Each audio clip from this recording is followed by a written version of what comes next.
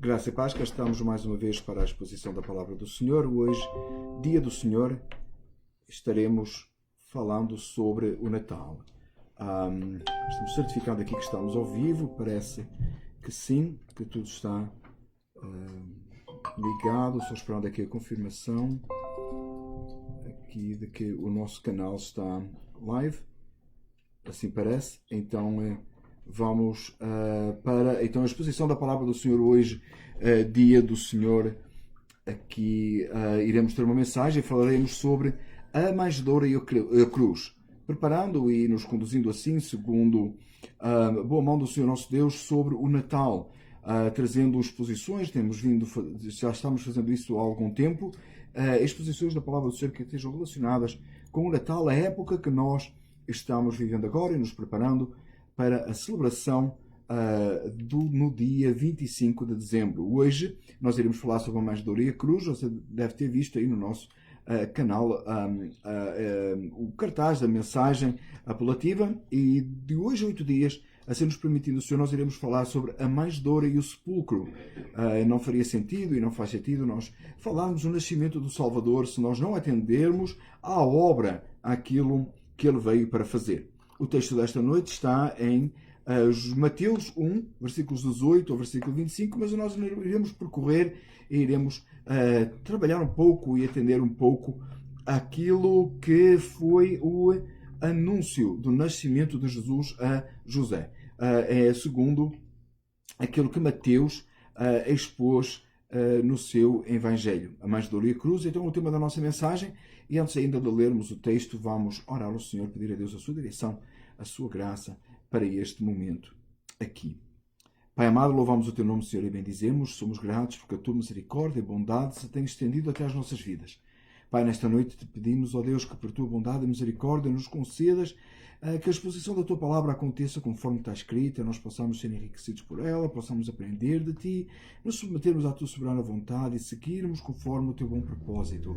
Pai eterno, tem misericórdia de nós e guia-nos nesta noite. Faz, Senhor, a tua vontade e que possamos simplesmente ser um canal transmitindo a tua palavra para a glória e exaltação tua, pois só o Senhor é Deus e não há outro além de ti.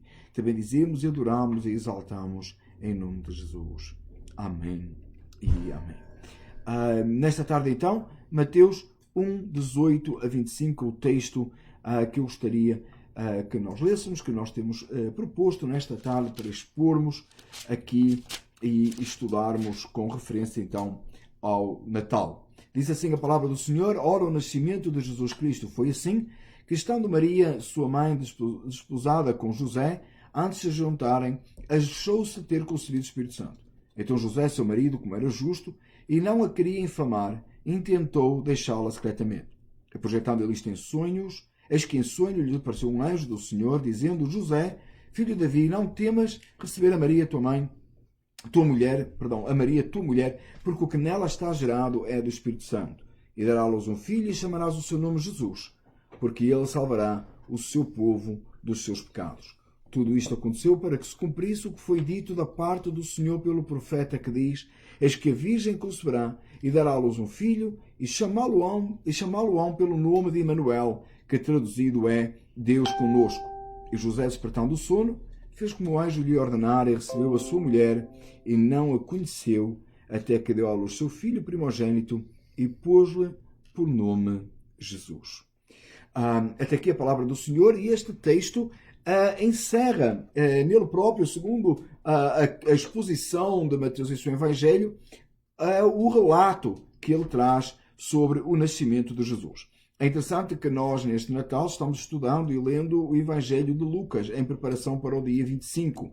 E estamos lendo os 24 capítulos, um capítulo cada dia, para chegarmos ao dia 25 e termos um entendimento, como sabemos, com maior clareza, aquilo que estamos celebrando: o nascimento, a vida, o ministério e a obra de Cristo, sua morte e ressurreição. Contudo, nesta exposição de Mateus, em relação ao nascimento de Jesus, Mateus começa o seu Evangelho. Você pode olhar aí, abrir aí a sua Bíblia, ou você pode analisar depois e confirmar que Mateus abre o seu Evangelho com a genealogia de Jesus e vai do versículo 1 até o versículo 17.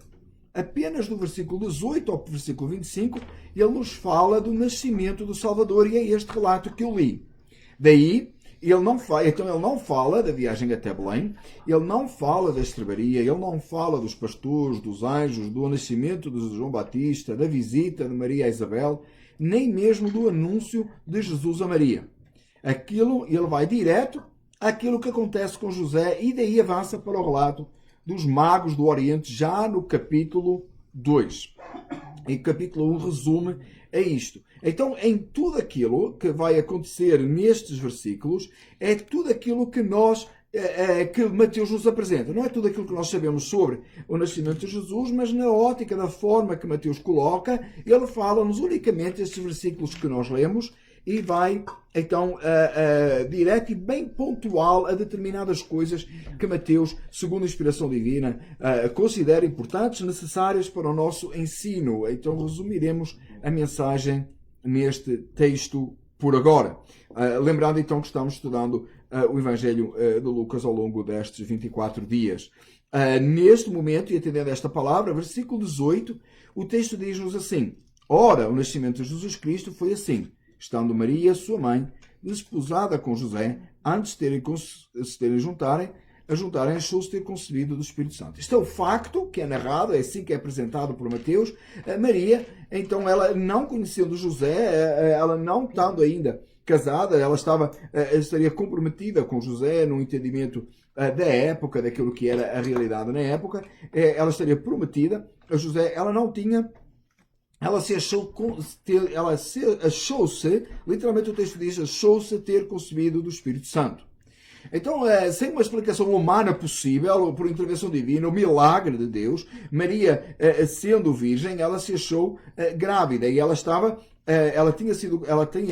o que de lá dela iria nascer era o Cristo Messias esperado. José, não tendo bem esse entendimento, não sabendo exatamente a verdade de todas estas coisas, e ele, sendo que ele poderia até crer, a Bíblia não é muito específica, não dá muitos detalhes de como é que José viu. Nós temos de ter cuidado, porque nesta altura de Natal nós tendemos a nos deixar levar pelas emoções e pelos pensamentos e pela beleza do momento, a grandeza do momento, e às vezes criamos em nossas mentes alguns princípios e falamos coisas que não são verdade. O que não quero de maneira nenhuma tirar a beleza do Natal, aquilo que é belo e sublime e que nós queremos e que nós admiramos, e às vezes nós fazemos a representação, e às vezes até por uma natureza tão expressiva nossa e tão desejosa de criar um momento bonito, a gente põe quase, coloca os pastores e os magos tudo no mesmo cenário e quase que eram amigos, encontraram-se pelo caminho, criámos essa coisa. E não foi nada disso que aconteceu. Os magos vieram ver Jesus muito mais tarde, Jesus estava em casa, lá na manjedoura foram os pastores. A gente cria até um pouco de folclore à volta ali do homem da estalagem e tal. Então vamos atender àquilo que o texto diz. Nós não sabemos muito da posição de José, mas sabemos uma coisa. Ele diz o texto, de versículo 19, então José, seu marido, como era justo e não a queria infamar, intentou deixá-la secretamente. Entendemos aqui a palavra marido como aquele que estava comprometido para a receber como sua esposa. Ela então, o que sabemos dele é que ele era justo, ele não queria infamar a Maria e então ele decidiu deixá-la secretamente. Quando ele projetou isto, o versículo 20, e a beleza da colocação de Mateus na exposição do nascimento de Jesus, que vai direto a José, a posição de José, é esta. Apareceu um anjo do Senhor, projetando ele isto, eis que em sonho apareceu o anjo do Senhor e disse, José, filho de Davi, não temas receber a Maria, tua mulher, porque o que nela está gerado é do Espírito Santo. Então a primeira coisa que o anjo diz e ordena a José é mais ou menos assim, olha, o teu plano aí tem que ser cancelado, não funciona como plano divino, não tens nada que deixar Maria secretamente, não estejas preocupado com infamar, porque o que nela está gerado é do Espírito Santo. Então fica onde tu estás, recebe a tua esposa, e é interessante que o anjo se refere a José José, filho de Davi. O que vem totalmente de acordo e em sequência daquilo que nós encontramos no versículo 1 ao 17, que é a genealogia de Jesus. E a importância de que Jesus seja e venha de uma genealogia que seja filho de Davi. Embora nós encontramos aqui a genealogia vindo de um lado por Maria, do outro lado vindo por José, e nós encontramos o encontro de ambas em Cristo Jesus, o Senhor, toda a glória para cumprimento das Escrituras e para no sentido do reinado que perdurará por toda a eternidade. Mas no assunto aqui, quando José chega naquele momento e diz: o que de ti, o que dela é gerado é do Espírito Santo, e o anjo continua a dizer: dará à luz um filho e chamarás o seu nome Jesus, porque ele salvará o seu povo dos seus pecados. O anjo continua e diz: tudo isto aconteceu para que se cumprisse o que foi dito da parte do seu pelo profeta: eis que a virgem conceberá e dará à luz um filho e chamará-lo pelo nome de Emanuel, que traduzido é Deus conosco. Então, para cumprimento e para que José entendesse e cresce, o anjo refere ao momento passado de uma profecia sobre a vida de Jesus, dizendo: esta profecia terá cumprimento em Maria, no nascimento deste que é o Salvador, que é Cristo o Senhor. E José despertou do sono e fez como o anjo lhe ordenara. Ele não tinha outra coisa a fazer a não ser obedecer ao que o anjo lhe ordenara. Tinha recebido esta visão. E então diz a palavra do Senhor que ele recebeu a sua mulher e não a conheceu até que deu à luz seu filho primogênito e pôs-lhe por nome Jesus. Mateus parte daqui, desta narração, como já disse, sem falar dos pastores, sem falar dos anjos, sem falar de estrebaria, sem de outra coisa qualquer, e avança para os magos, né? Tendo nascido Jesus em Belém da Judeia, no tempo de Herodes, que os magos vieram do Oriente de Jerusalém. Capítulo 2, versículo 1. Tudo aquilo que Mateus nos ensina sobre a palavra sobre o nascimento de Jesus não fica resumido à posição de José. Aliás, o centro da descrição aqui não é a pessoa de José, assim como não é o anjo. Não é tampouco o anjo. Não é o anjo um portador de boas novas. E José foi um instrumento nas mãos de Deus para que aquilo que era o propósito divino na salvação de pecadores acontecesse. Eu vou lembrar, assim, neste momento, o tema da nossa mensagem. A manjedoura e a cruz. Por que é que nós celebramos o nascimento de Jesus? Por que é que nós alegremente falamos de que Jesus, o Salvador e Senhor de toda a terra e sua glória e majestade, e nós celebramos o nascimento de Jesus? Por que é que nós fazemos tudo isso? Porque realmente ele veio com uma missão, e essa missão se cumpriu quando ele foi até à cruz. E esta manhã mesmo nós falámos um pouco sobre isso. Nós estamos a estudar o Evangelho de João e nós chegámos ao momento da crucificação a semana passada, e esta semana nós falámos o momento entre a cruz, entre a morte e a sepultura de Jesus e tudo aquilo que aconteceu mediante o que as Escrituras, no cumprimento das Escrituras. João nos esclarece isso de uma forma extraordinária. Nota que já mencionei nestes nem 15 minutos de mensagem o Evangelho de Mateus, o Evangelho de João e o Evangelho de Lucas. Porquê? Porque todos eles estão ligados. Mateus, Marcos, Lucas e João, eles nos repetem e nos referem aquilo que aconteceu, a vida e obra do nosso Senhor e Salvador Jesus Cristo. Nós celebramos o Natal com alegria, nós temos gozo no Natal. Para nós o Natal para o cristão, não é aquela questão do comercial, ou não é aquela questão de correr atrás de um dia feriado para alguma coisa, ou marcar até já próximo do fim do ano, renovar as esperanças, ou eu dizia isso há pouco, não é porque é um tempo, vai entrar um tempo meio deprimido, que é o inverno. Aliás, isso nem é verdade em toda a parte do mundo, que tem locais onde é verão. Muitos dos nossos irmãos aqui da nossa igreja, lá de volta lá em casa dele, lá na origem, no país de origem, até é calor, né? Não tem nada a ver com isso. Não é essa a questão. A questão do Natal, a questão do nascimento do Salvador, é porque existiu cruz. Existe um propósito para ele nascer. Existe uma razão. E essa razão está aqui bem declarada no anjo José. O centro da questão aqui não era a posição de Maria. O centro da que Mateus coloca aqui na sua descrição não é o que é que poderia acontecer com Maria, não é o que é que José estava a fazer, sendo ele até classificado aqui como um homem justo, versículo 19.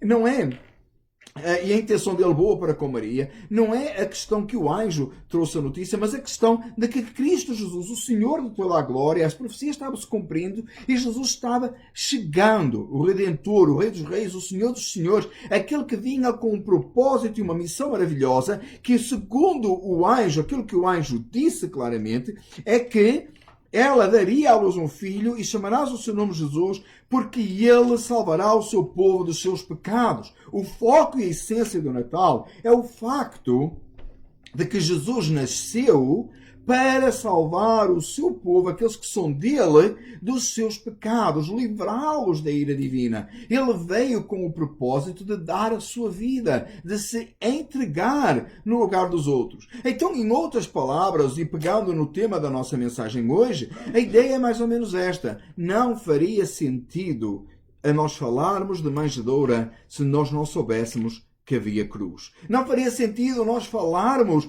da vinda do Messias se esse Messias não viesse para cumprir a missão salvadora e regeneradora e viesse para ser também o Messias sofredor que levaria os pecados. E naquela cruz, em expiação, ele colocaria-se diante de Deus e suportaria sobre ele a ira de Deus, que era para ser colocada sobre todo aquele que, arrependido dos seus pecados, é atraído a si, é alcançado pela sua graça, é livre desse peso do pecado e é trazido para o seu reino de glória. Nós nos alegramos na manjedoura e, particularmente aqui em casa, nós não temos uma dificuldade, não é muito difícil encontrar aqui nas decorações de Natal da nossa casa referências a Jesus. Porquê? Porque quando nós falamos de Natal, para nós o centro do Natal é Jesus. Mas porquê que o centro do Natal é Jesus? É porque ele veio para morrer, ele veio para se entregar, ele veio para dar a sua vida. E José soube isto em primeira mão pelo anjo.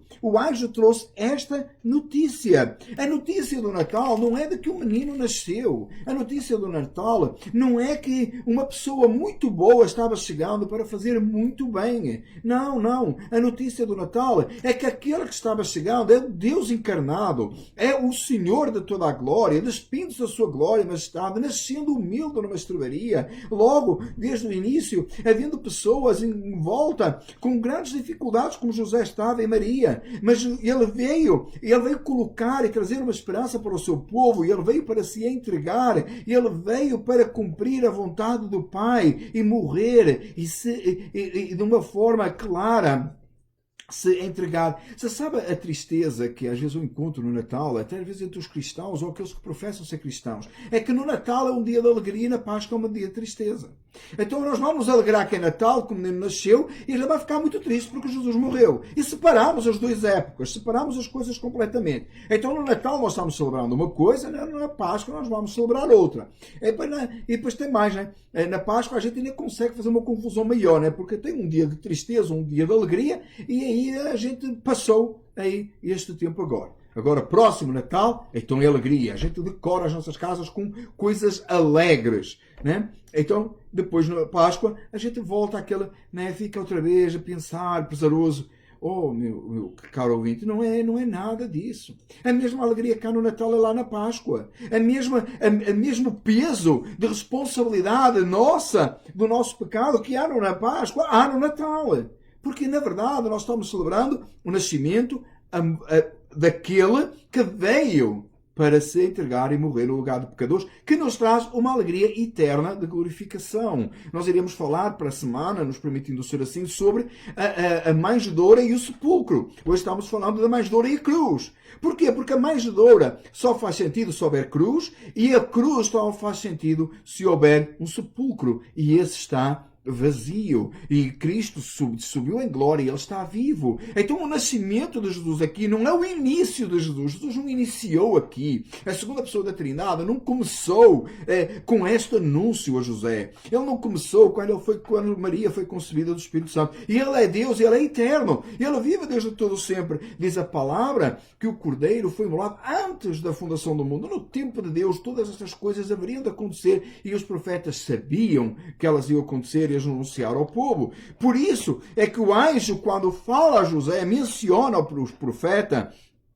e diz assim: E tudo isto para que se cumprisse o que foi dito da parte do Senhor pelo profeta, que diz: eis que uma virgem conceberá e dará à luz um filho, chamá-lo pelo nome de Emanuel, que traduzido é Deus conosco. O anjo fala o que é, e ainda temos a tradução: Deus conosco, Deus vindo e estando entre os homens. E essa é a palavra, é daí que nós temos a ideia de cristianismo. É essa a libertação do jugo de uma religiosidade vai vazia. Porque cristianismo é o facto de que, não podendo nós chegarmos a Deus, Ele veio até nós. Então, se nós pensarmos só no Natal e resumirmos a uma festividade à volta de presentes e de um jantar ou de um almoço de Natal, nós estamos reduzindo muito. Mas se nós reduzirmos só o nascimento de um bebê, todo especial, nós também estaremos reduzindo. Nós precisamos de ter a visão completa. Nós precisamos ter o quadro completo para que o gozo da satisfação seja completo. Por isso que eu desafiei e tenho desafiado aí no nosso canal, por certo você já foi desafiado, e na nossa igreja temos feito esse desafio, tenho feito esse desafio aqui em casa, de lermos o Evangelho de Lucas, lermos ou pelo menos ouvirmos o que for mais fácil para si. Então nós temos percorrido o Evangelho de Lucas completo. Para quê? Para que dia 25 de dezembro nós possamos com alegria celebrar e conhecer aquele que nós estamos celebrando. O que é o nascimento do Salvador? Por que é importante celebrar o nascimento de Jesus? Porque esse Jesus, Senhor de toda a glória, veio para salvar o seu povo. E nós lemos isso nas palavras dos anjos, e é isso que foi anunciado a José, e é isso que fez José, despertando do sono, cumprir aquilo que o anjo lhe disse que ele haveria de fazer. Eu gostaria só, neste momento, de introduzir aqui um pequeno exemplo que aconteceu esta semana, de uma forma maravilhosa aqui. Deus me deu uma oportunidade boa de eu meditar sobre isto, enquanto esta mensagem estava ainda trabalhando na minha mente. E eu vou ler aquilo que eu escrevi aqui. Alguns dias atrás, a falar com a minha filha de 7 anos, ao deitá-la para dormir, perguntei por que celebramos o Natal. Estava a colocar a Lili para dormir, que a Lili tem 7 anos, mas a gente ainda trata assim muito bebezinha, né? Então foi para dormir e ela disse assim, ela está aqui a olhar para mim, assim, sériazinha, e eu fui para dormir e disse assim: por que é que nós celebramos o Natal? Ao que ela me respondeu falando da ressurreição de Jesus. E o meu coração não podia estar mais grato a Deus por isso. Porque realmente, por que é que a gente celebra o Natal? Por que é que celebra o Natal? Porque nós celebramos a vida. Jesus não está morto. Ele ressuscitou. Eu, como disse já, para a semana iremos falar sobre o sepulcro vazio. Mas a verdade é que eu fiquei tão feliz por aquilo que Deus concedeu, porque é Deus que faz essas coisas, é Deus que trabalha na nossa vida assim. No entendimento de uma menina de 7 anos, ela sabe que nós celebramos o Natal não é porque ela vai receber presente. É que não tem presente este ano aqui em casa, eu acho. Acho que tem. Ela tem, não é porque vai ter presente, não é porque vamos ter uma festividade. Normalmente, uma das coisas que alegra a nossa casa no Natal é um montão de comida que se faz aqui nesta casa. Graças a Deus, a mami se desfaz aí em bolos e doces e todas essas coisas de Natal. Então é uma celebração grande. Mas o interessante é que quando eu falei com ela, ela sabia o que era. Ainda que ela possa ter sido aquela resposta mecânica, tanto ouvir falar em casa, ou ouvir na igreja, mas de qualquer maneira, de alguma maneira na vida dela, e creio que o Espírito Santo lhe concede que ela entenda que é sobre a vida, a morte, a obra, a ressurreição de Cristo Jesus. Deixem-me fazer-lhe uma pergunta. Porquê é que você celebra o Natal? Eu estou assumindo que você celebra o Natal. Como falei a outra semana ou há 2 semanas, quando comecei esta série, se você não celebra o Natal porque você acha que de alguma maneira que é uma festa pagã, ou você acha que tem uma maneira não é o sujeito de fazer, saiba que a Bíblia não lhe impõe que você celebra o Natal, e eu respeito essa posição. Eu não respeito se você não celebrar a Páscoa. Porque a palavra do Senhor nos manda celebrar a Páscoa, e a Páscoa, como já falei várias vezes, é o Cristo que foi, nossa Páscoa foi crucificado por nós, e essa Páscoa e remete à ceia do Senhor, à mesa do Senhor. Então isso não podemos admitir que não, porque a palavra do Senhor nos indica a fazer. Não há nenhum versículo na Bíblia que nos indica a celebrar a ceia, o Natal. Mas se você celebra o Natal, partindo do princípio que você celebra o Natal, que para si é um dia de alegria, que para si é uma celebração de contentamento e satisfação, saiba que você está a celebrar aquele que vive eternamente. Não aquele que nasceu lá em Belém e depois foi morrer lá no Gólgota. Aquele que além disso, ele veio para esse propósito, mas ele vive eternamente. Então quando nós celebramos o Natal, nós lembramos o aniversário daquele que cumpriu uma grandiosa obra, alguém que fez algo extraordinário. Às vezes a gente lembra de pessoas da história e não lembramos daquele que começou e acabou, e lembramos da vida, e às vezes até de servos de Deus, pessoas que fizeram coisas extraordinárias.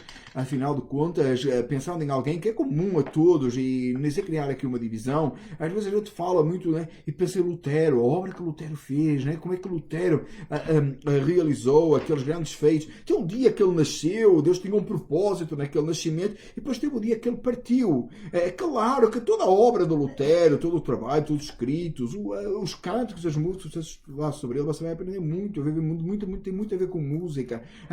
Um grande ênfase dele em relação à música. Quando você olha para isso, toda a teologia, tudo aquilo que ele fez, você percebe que esse início e esse fim tinham um valor em algo maior que ele próprio. Mas ele teve um princípio. E com certeza sua alma eterna, né? Mas apontava para outro. Quando nós falamos da obra, da vida de Cristo, do nascimento de Cristo, da sua morte e ressurreição, nós não estamos a falar de alguém que veio cumprir uma missão apontando para outro. Nós estamos falando de alguém que veio cumprir uma missão apontando para si mesmo. Uma missão com um reinado eterno, com marcas para todo sempre. Onde a ressurreição que nos fala da vida de Cristo Jesus eterna traz esperança para todo salvo, todo aquele que nele crê, que viverá da mesma forma. Peço-lhe que você tome atenção a isto e que o seu Natal seja recheado da alegria que o Natal realmente traz. E o que é que o Natal realmente traz? A lembrança da morte e da ressurreição do Senhor. A lembrança de que nós temos uma manjedoura porque existiu e mais tarde veio existir uma cruz. Ou então não faria sentido, ou então nós estaríamos perdendo o nosso tempo. Ou então naturalmente é uma festa pagã, como muitos dizem. Muitos acham que o Natal é uma festa pagã. Se você tirar desta festa que a manjedoura conduz a uma cruz, essa é verdade que fica uma festa pagã. Se você olhar para o Natal e você não conseguir ver a manjedoura, é uma festa pagã. Se você vir só a manjedoura, continua a ser uma festa pagã. Mas se você olhar para o Natal e você vir a manjedoura e você conseguir deslumbrar a cruz lá na frente, e ainda mais, que como disse, falaremos para a semana, o sepulcro vazio, oh, meu amigo, você terá a glória majestosa da celebração do verdadeiro Natal de Jesus. Você poderá até atender e dizer, isto tem tudo a ver com a mesa do Senhor, não é? Falando da ceia. E você poderá perceber que é uma celebração para toda a eternidade. Cabe-me neste momento ler para si em formato de conclusão, em forma de conclusão, aquilo que você vai ver aí no nosso canal como o nosso cartão de Natal, a manjedoura e a cruz. Eu vou ler para si. Esta é a época do ano que lembramos a manjedoura, porque na verdade nos aponta para a cruz. Não faz sentido celebrarmos o nascimento do Salvador se não refletirmos que ele veio para morrer e ressuscitar e assim dar vida e vida com abundância. João 10:10. Que nesta época você, e agora estou falando para si, você possa celebrar com alegria o nascimento daquele do qual foi dito o seu nome Jesus, porque ele salvará o seu povo dos seus pecados. Mateus 1:21, exatamente o texto que nós lemos hoje. Este é o cartão de Natal que você daqui a dias vai ver aí postado no nosso canal, mais perto do Natal. E o que eu gostaria nesta noite de lhe desejar a si é um Feliz Natal de Jesus, que Deus em Cristo Jesus possa ser glorificado e exaltado na sua vida, na sua casa, e você possa lembrar verdadeiramente da morte e ressurreição do Senhor como símbolo perfeito do verdadeiro Natal de Jesus. Vamos orar. Amado Deus, nós louvamos o Teu nome. Glorioso, majestoso e altíssimo és Tu, Senhor. Não há outro além de Ti. Pai, nesta noite, nós nos alegramos pela manjedoura porque ela aponta para a cruz. Senhor, que neste Natal, aqui em casa, na casa de todos os membros da família Philadelphia, New Jersey, e de todos aqueles que nos escutam ou que irão ouvir esta mensagem, possa verdadeiramente ser um Natal não só de comércio, de festa, mas um Natal de manjedoura, mas